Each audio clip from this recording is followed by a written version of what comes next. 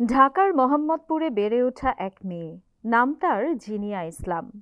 Kishoreganj school থেকে SSC, Lalmatia college থেকে HSC আর ঢাকা বিশ্ববিদ্যালয় থেকে লাইব্রেরি অ্যান্ড ইনফরমেশন সায়েন্সে অনার্স ও মাস্টার্স।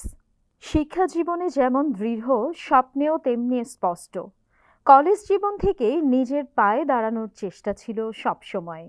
কোচিং সেন্টারে শিক্ষকতা, টিউশন আর মায়ের সাথে মিলে ডিজাইনার পোশাক তৈরি, যা কিনা একসময় ঢাকার 7টি দোকানে বিক্রি হতো। মাস্টার্সের সময় বিয়ে, এরপর শুরু হয় প্রবাস জীবন। দীর্ঘ 10 বছর পর দেশে ফিরে আসেন। 2 সন্তানকে নিয়ে তখন শুরু হয় নতুন সংগ্রাম আর নিজেকে নতুন করে দাঁড় করানোর লড়াই।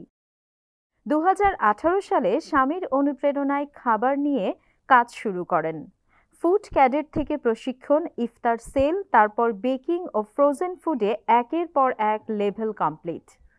আজ তিনি একজন সফল উদ্যোক্তা, একজন ট্রেনার, যিনি শুধু নিজেই এগোননি, পথশিশু, সুবিধাবঞ্চিতদের হাতে তুলে দিয়েছেন দক্ষতার চাবিকাঠি, যারা কিনা আজ নিজেরাই স্বাবলম্বী। সম্মাননা এসেছে অনেক, টেলিভিশনে কাজেরও সুযোগ এসেছে। আর বিটিভি, যেটা ছিল তার স্বপ্নের মঞ্চ। জিনিয়া ইসলাম বিশ্বাস করেন নারীর সম্মান আসে নিজের যোগ্যতাকে কাজে লাগাতে পারলে। বয়স সেখানে কোনো বাধা নয়, শিক্ষার কোনো শেষ নেই।